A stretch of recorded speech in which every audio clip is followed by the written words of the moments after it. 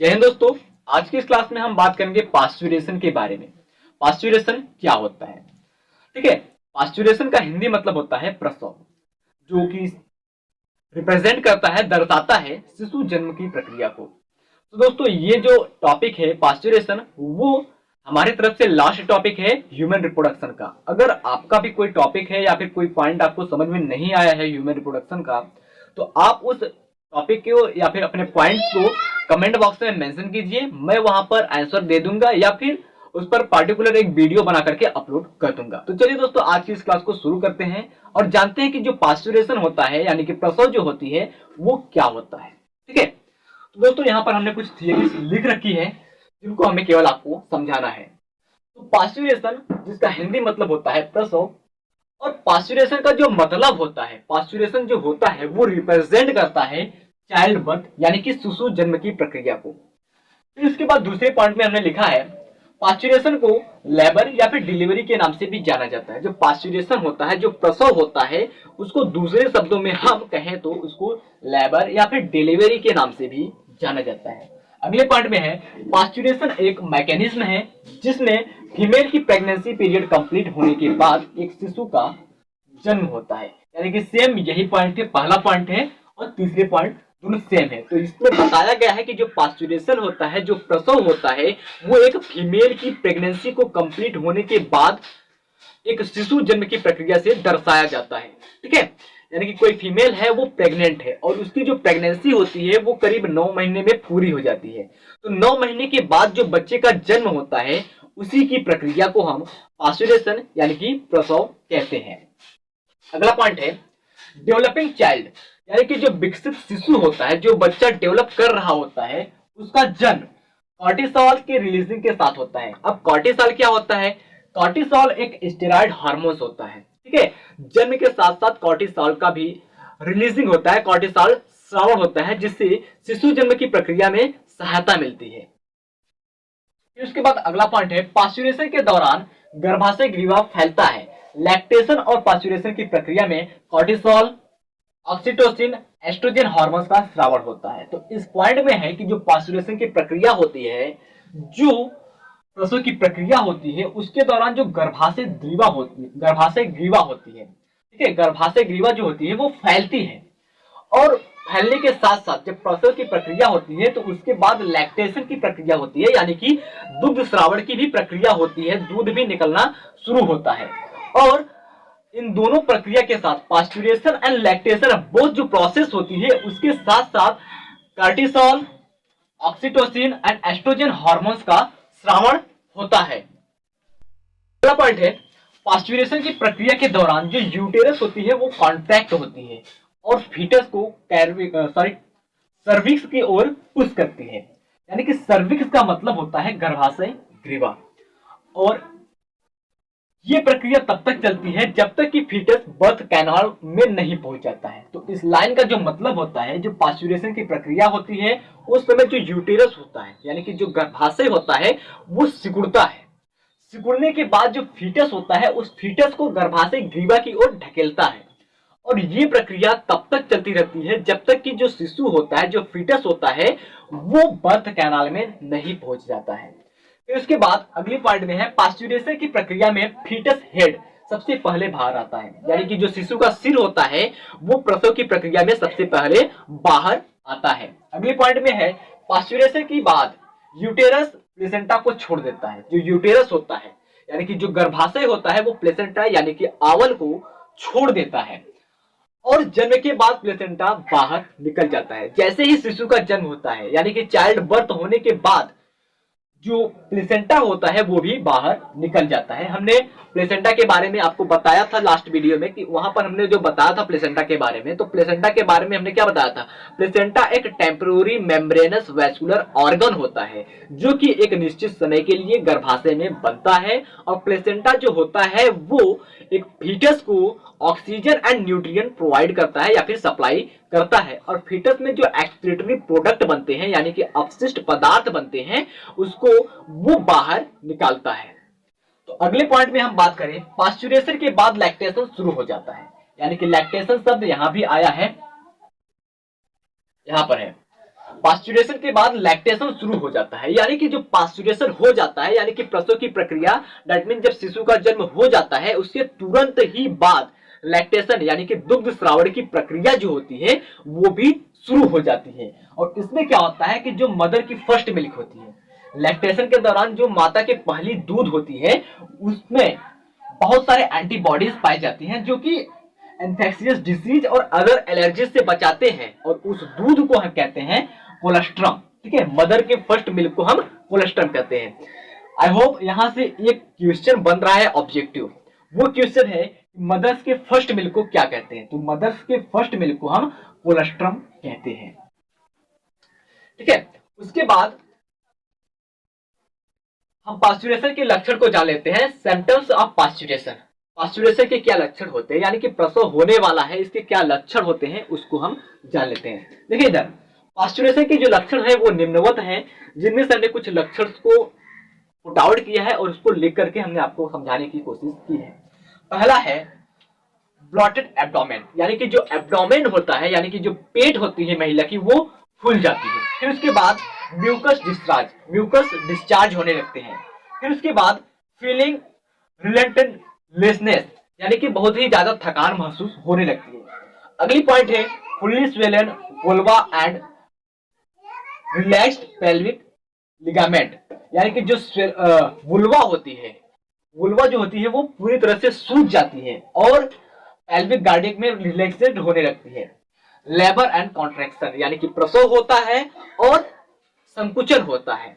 उसके बाद क्या होता है, आखिरी पॉइंट है development of mammary gland with the milk secretion, यानी कि जो मैमरी ग्लैंड होती है यानी कि दुग्ध ग्रंथियां जो होती है उनका विकास होता है, स्तन ग्रंथियों का विकास होता है और साथ में दूध का श्रावण होता है। आई होप इतने पॉइंट्स आपको समझ में आ गए होंगे और आप इस पॉइंट का जल्दी से स्क्रीनशॉट ले लीजिए। फिर चलते हैं आगे की पॉइंट को समझने के लिए।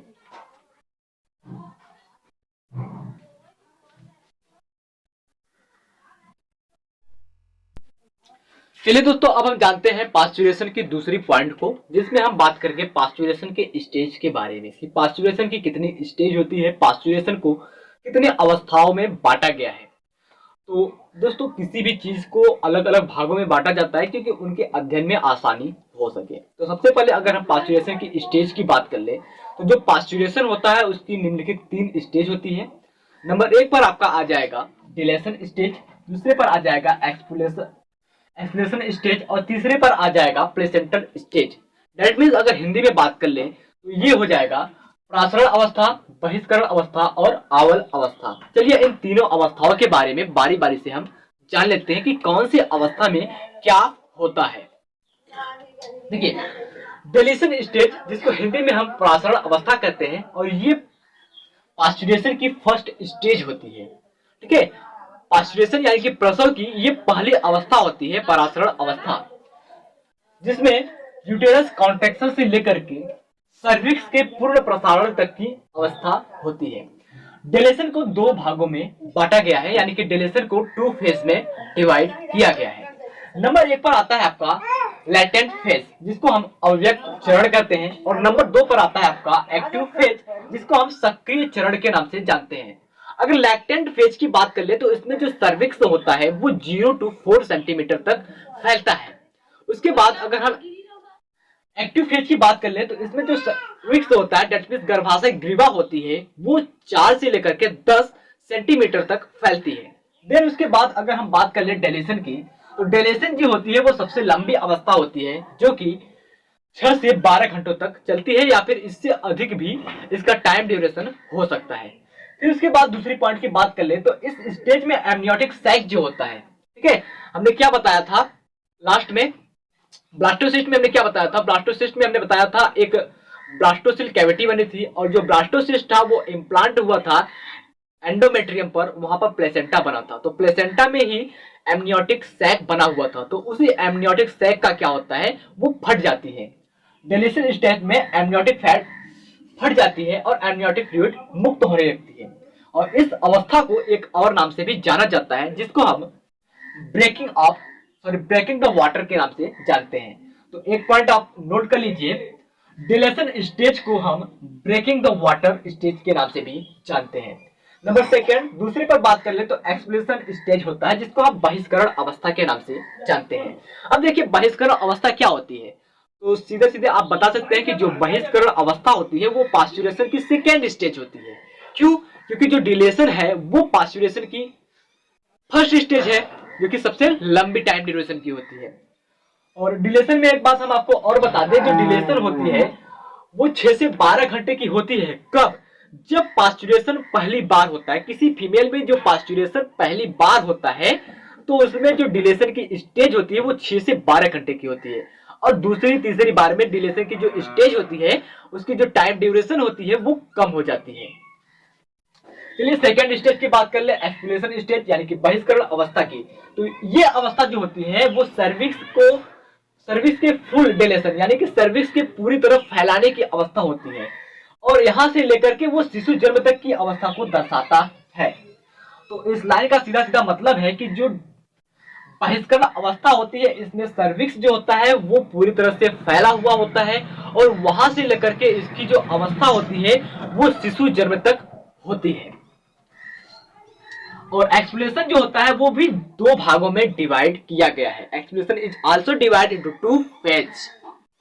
नंबर फर्स्ट, प्रोसेस फेज, ठीक है, पैसिव फेज। इस चरण में क्या होता है कि जो बेबी का हेड होता है यानी कि जो फीटस का हेड होता है, शिशु का हेड होता है, वो सबसे पहले मूव करके वेजाइना की ओर बाहर आता है, यानी कि जो योनि होती है योनि की ओर बेबी का हेड सबसे पहले बाहर आ जाता है। सेकेंड जो स्टेज होता है, सेकेंड जो फेज होता है वो होता है एक्टिव फेज। इस चरण में क्या होता है कि मदर के एब्डोमिनल का जो मसल होता है और यूटेराइन का जो मसल होता है दोनों में कॉन्ट्रैक्शन होने लगती है। कौन सी फेज में? पैसिव फेज में। पैसिव फेज में क्या होता है कि मदर का एब्डोमिनल यानी कि माता की जो पेट होती है उसमें, और जो यूटेराइन की मसल होती है यानी कि गर्भाशय की जो मसल्स होती है उन दोनों में कॉन्ट्रैक्शन होने लगता है, सिकुड़न होने लगता है। ये दो स्टेज है एक्सप्लेशन फेज की। और इसमें कुछ और बातें हैं उसको जान लेते हैं। यह अवस्था शिशु जन्म के बाद समाप्त हो जाती है, यानी कि ये जो अवस्था होती है वो शिशु जन्म के बाद समाप्त हो जाती है, और एम्बेलिकल कार्ड को चिकित्सक विधि के द्वारा काट दिया जाता है। अब देखिए जो एम्बेलिकल कार्ड होता है वो क्या होता है। एम्बेलिकल कार्ड एक कनेक्टिंग लिंक होता है जो कि प्लेसेंटा और एम्ब्रियो को आपस में जोड़ता है। लास्ट वीडियो में हमने आपको बताया था जब प्लेसेंटा में पढ़ा रहा था, तो क्या बताया था कि जो एम्बेलिकल कार्ड होती है वो एक कनेक्टिंग लिंक होती है between the embryo and placenta. Then last है प्लेसेंटल स्टेज, जिसको हम आबल अवस्था के नाम से जानते हैं। यह शिशु जन्म के बाद की अवस्था होती है जिसमें शिशु जन्म के लगभग 15 मिनट के बाद प्लेसेंटा तथा फीटल मेम्ब्रेन यानी कि गर्भ की जो मेम्ब्रेन होती है, गर्भ की जो झिल्लियां होती हैं उसको बाहर निकाल लिया जाता है। आई होप आपको placental stage, explanation stage and dilation stage अच्छे से समझ में आ गया होगा। तो दोस्तों अब हम बात कर लेते हैं पास्चुरेशन में कौन कौन से हार्मोन्स इन्वॉल्व होते हैं। ऐसे कौन कौन से हार्मोन्स हैं जो कि पास्चुरेशन में हेल्प करते हैं, पास्चुरेशन के समय पर सहायता प्रदान करते हैं, उन हार्मोन्स के बारे में हम जान लेते हैं।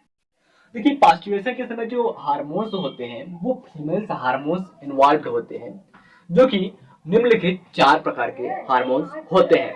पहला जो हार्मोन्स होता है वो एस्ट्रोजन हार्मोन्स होता है, दूसरा होता है ऑक्सीटोसिन, और तीसरा होता है रिलैक्सिन।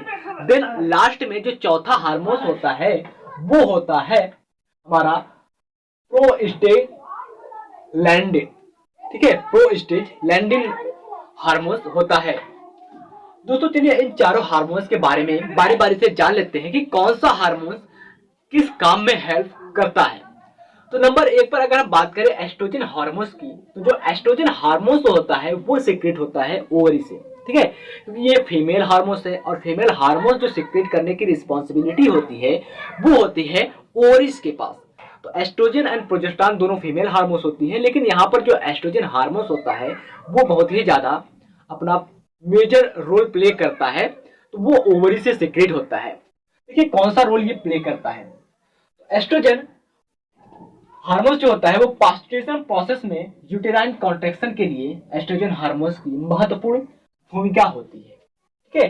तो एस्ट्रोजन हार्मोन जो होता है ये यूटेराइन कॉन्ट्रैक्शन के लिए महत्वपूर्ण भूमिका निभाती है, मेजर रोल प्ले करती है। देन उसके बाद सेकेंड जो हार्मोन होता है वो होता है ऑक्सीटोसिन।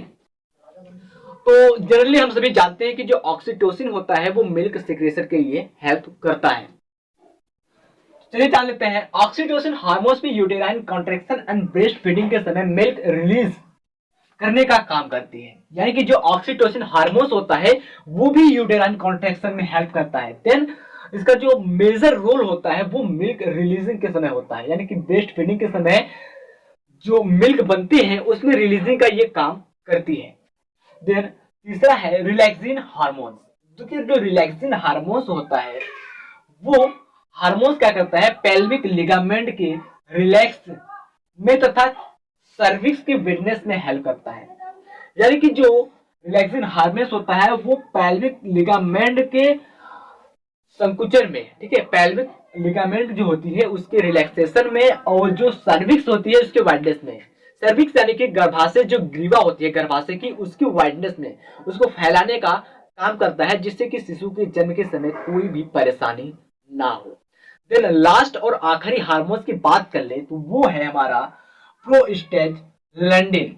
ठीक है, प्रोस्टेग्लैंडिन जो हार्मोन्स होता है वो एमनियन एंड कोरियन के भीतर से संश्लेषित होता है। देखिए एमनियन एंड कोरियन क्या होता है, एमनियन और कोरियन क्या होता है उसको जानिए। देखिए हमने आपको प्लेसेंटा पढ़ाया, प्लेसेंटा में हमने स्ट्रक्चर बनाया था और वहां पर हमने दिखाया था एक पतली सी लाइन दिखाया था जिसको हमने एमनियन बताया था, और उसी के बगल में हमने कोरियन की भी स्ट्रक्चर आपको बताई थी। तो उसी एमनियन एंड कोरियन से हमारा प्रोस्टेग्लैंडिन हार्मोन सिक्रीट होता है।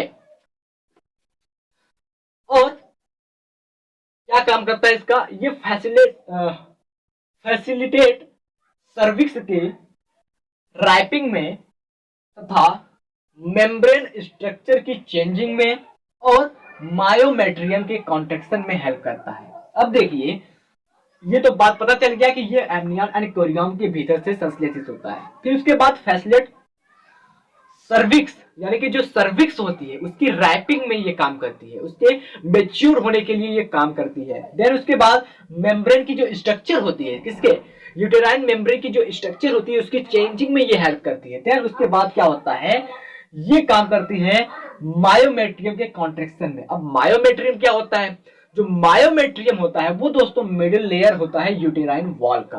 ठीक है, middle layer of uterine wall is called myometrium and the most inner layer of uterine wall is called endometrium। ठीक है, इसका मतलब है कि जो मायोमेट्रियम होता है वो यूटेराइन का मिडिल लेयर होता है और एंडोमेट्रियम जो होता है वो यूटेराइन का सबसे अंदर वाला हिस्सा होता है। दोस्तों मैं आशा करता हूं कि आपको ये पास्चुरेशन टॉपिक अच्छे से समझ में आ गया होगा। देन अगर दोस्तों आपको पास्चुरेशन टॉपिक अच्छे से समझ में आ गया है तो आप हमारे चैनल को सब्सक्राइब करके वीडियो को लाइक कीजिए ताकि हर क्लास का नोटिफिकेशन आपको मिलता रहे। मिलते हैं आपसे नेक्स्ट वीडियो में, तब तक के लिए जय हिंद, वंदे मातरम।